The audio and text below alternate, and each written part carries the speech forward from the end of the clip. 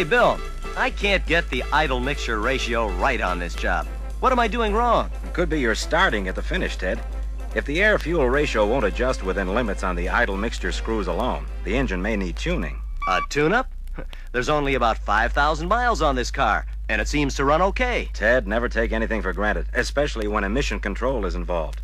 You simply can't hold emissions down and still get a good performance unless all the tune-up settings are within specs. You see, earlier models allowed some leeway on tune-up settings because we were only concerned with performance and economy. But now, with emission control, all the tolerances are tighter, and if you check them out as you should, you essentially do a tune-up. In fact, even on models which only have positive crankcase ventilation, exhaust emissions can be reduced quite a bit when you improve engine performance by doing a tune-up, provided, of course, that the engine is otherwise in good mechanical condition. That brings up something else, Bill. I've noticed that some other models have different emission controls. I'm new at this, and it's a bit confusing. Well, it so happens that emission control is my favorite subject, so maybe I can help you sort it all out.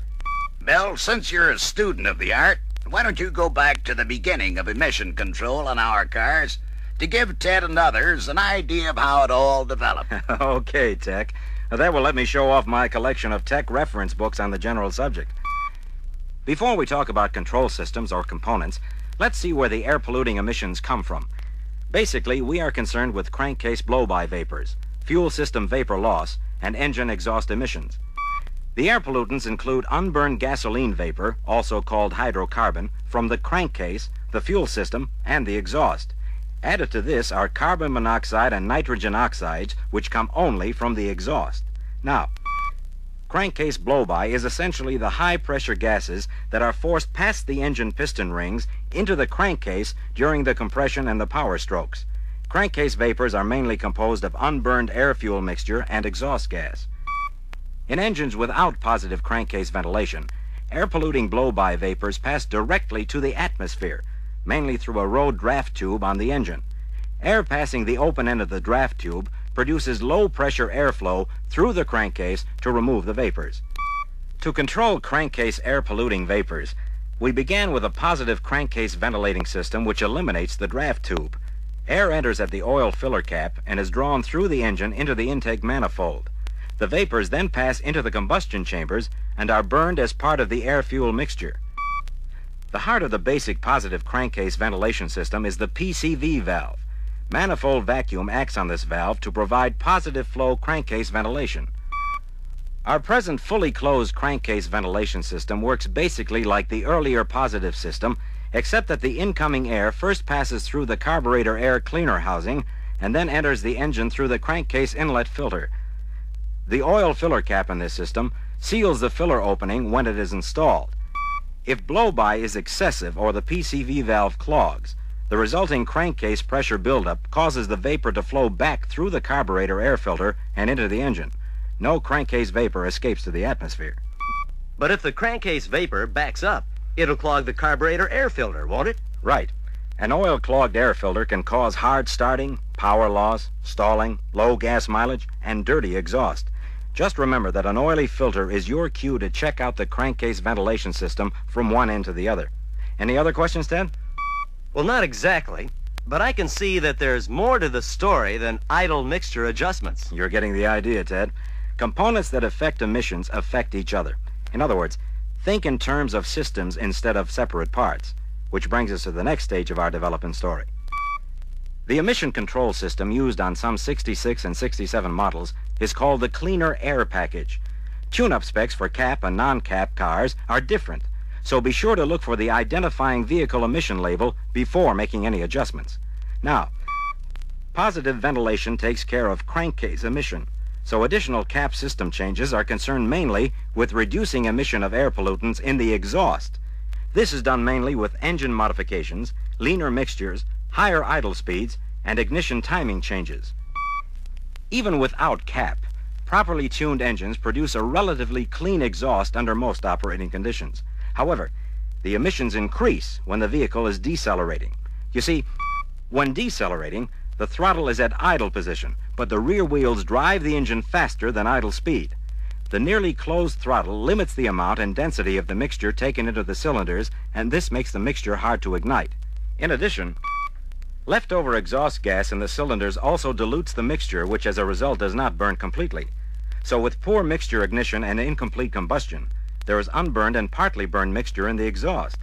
Now, on idle, non-cap cars use a relatively rich idle mixture to give smooth operation at low engine speeds.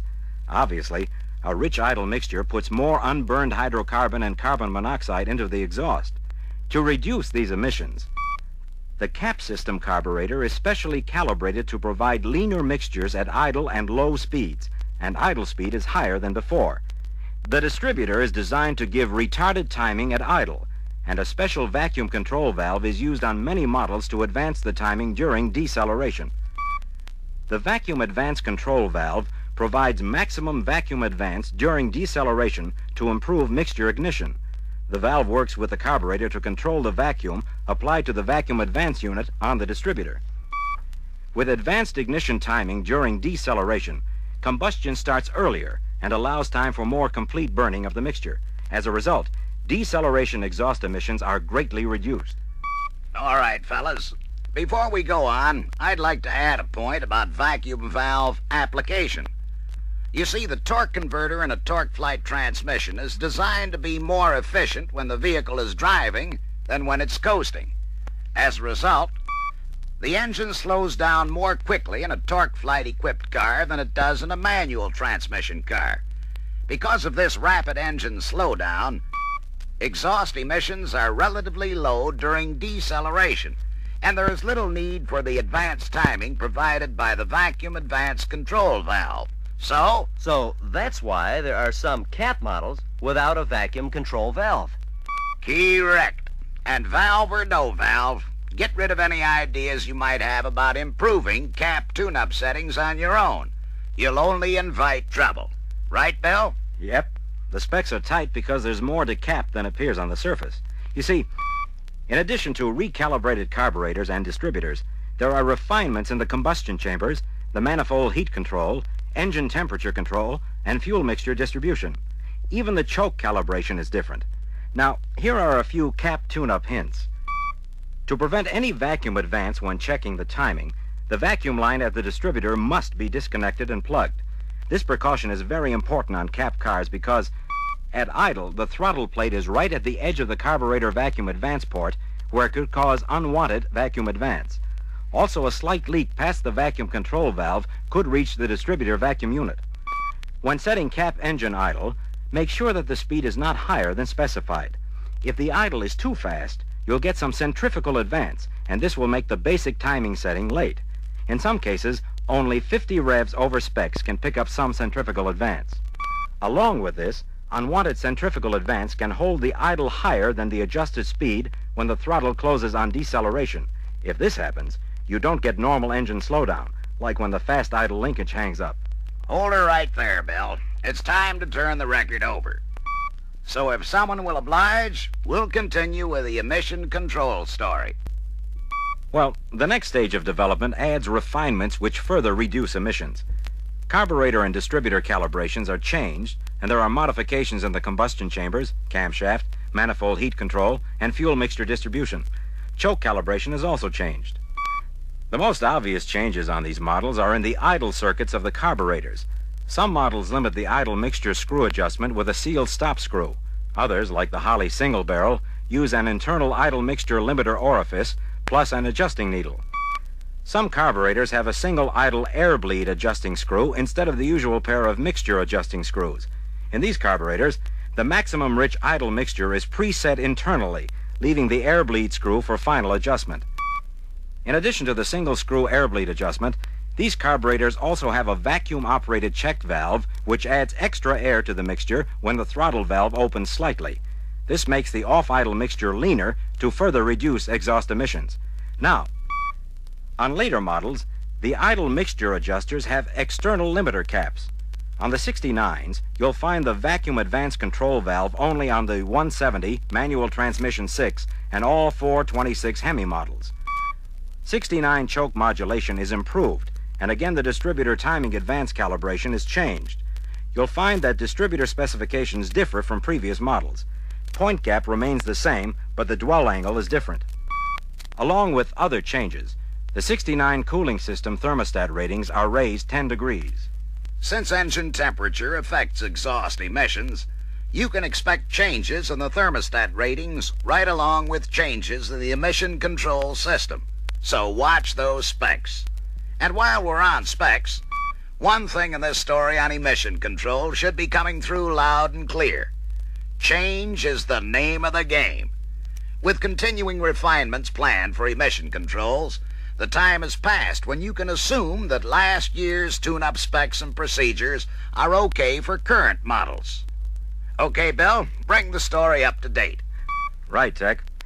Additional controls are added on some 70 models, and the name is now the Cleaner Air System. The name has changed, but CAS is basically a continuation of the Chrysler concept of emission control by more complete combustion inside the engine itself.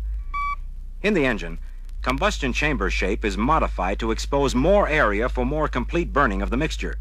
Compression ratios are lowered to permit operation on lower octane fuels and to raise exhaust gas temperatures for additional emission reduction.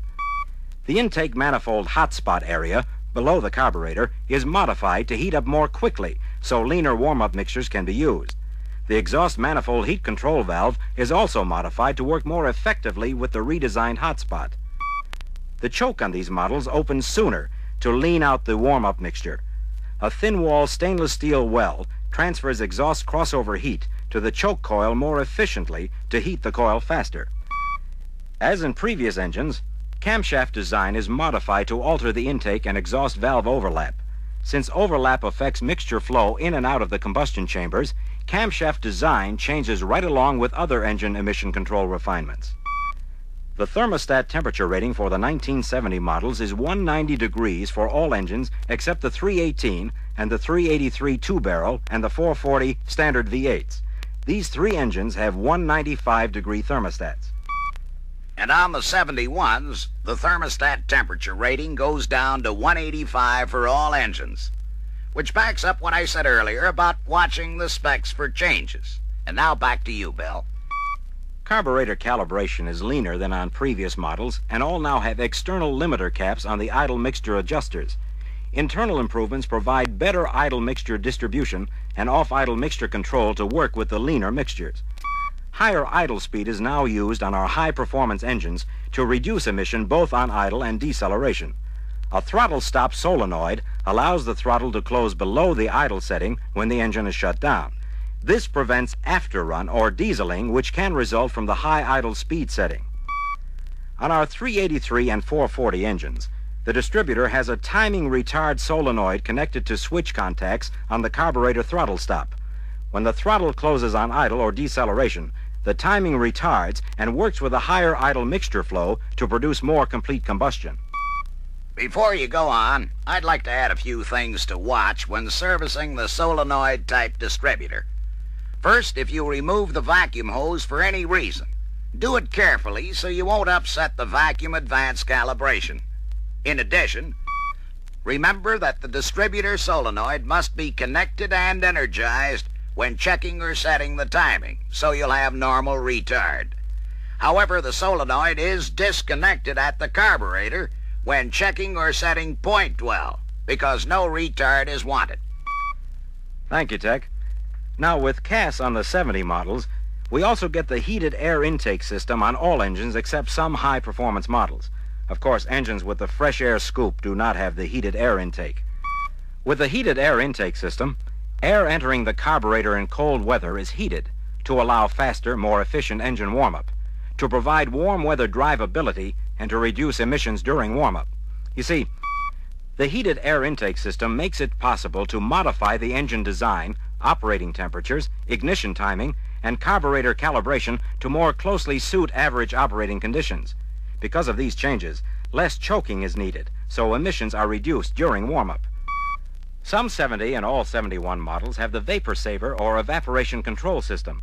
Like the carburetor and distributor solenoids and the heated air intake system, the vapor saver is covered in the service manuals and recent Master Tech reference books, so I'll only touch the high spots. The vapor saver is a closed system that prevents loss of fuel vapors from the carburetor and fuel tank through evaporation or expansion. When the engine is stopped, the vapors pass through vent lines to the crankcase where they are held until removed by the crankcase ventilation system. When the engine is running, the fuel vapors are purged from the crankcase along with crankcase blow-by. Positive ventilation flow draws the vapors into the intake manifold and combustion chambers. The vapor saver system normally requires no servicing. The cleaner air system on some 71 models also includes the NOx system to control oxides of nitrogen in the exhaust. NOx emission is controlled basically by lowering peak combustion temperatures. In other words, cooler burning produces less oxide emission. To control combustion temperatures, NOx engines have more valve overlap plus retarded ignition timing at low car speeds. A 185-degree thermostat holds cooling system temperatures relatively low. For retarded timing, the distributor vacuum unit is controlled by a solenoid vacuum valve connected between the distributor and the carburetor. The solenoid valve is operated by switches that sense outside air temperature and car speed. The NOx distributor holds in retard position on acceleration up to 30 miles per hour. But if outside air temperature goes above 60 degrees, the system automatically returns to normal timing advance operation. Now, the NOx controls for manual transmission cars are somewhat simpler. Only 3 parts are used: a transmission on-off switch, a thermal switch, and a solenoid vacuum valve identical to the one used on automatic transmission cars. In addition, on some NOx installations, you'll find a temperature-operated vacuum bypass valve. This valve senses engine overheating and bypasses the NOx system to provide vacuum timing advance operation until engine temperature returns to normal. Okay, Bill. That's as good a review of the development of Chrysler's emission controls over the years as I've heard anywhere. But you haven't mentioned anything about UCAP, so I'll use that to wrap up our session. UCAP stands for Used Car Cleaner Air Package. It is designed to reduce emissions of our older models, which do not have exhaust emission control. The kit includes a special vacuum advance control valve, a length of hose, an identification decal, and complete installation instructions. Now to sum up our story. Always think of emission control as a system. Remember that engine performance and emission control are closely related. That tune-up specs and procedures must be followed exactly. And that you can expect systems and specs to continue changing for some time. Thanks to Bill and Ted for bringing us up to date on emission controls. Since specs and procedures are more important than ever before, be sure to dig into those service manuals and review your collection of tech reference books on the general subject. And one last thing, don't forget to move the film to the review frames that follow.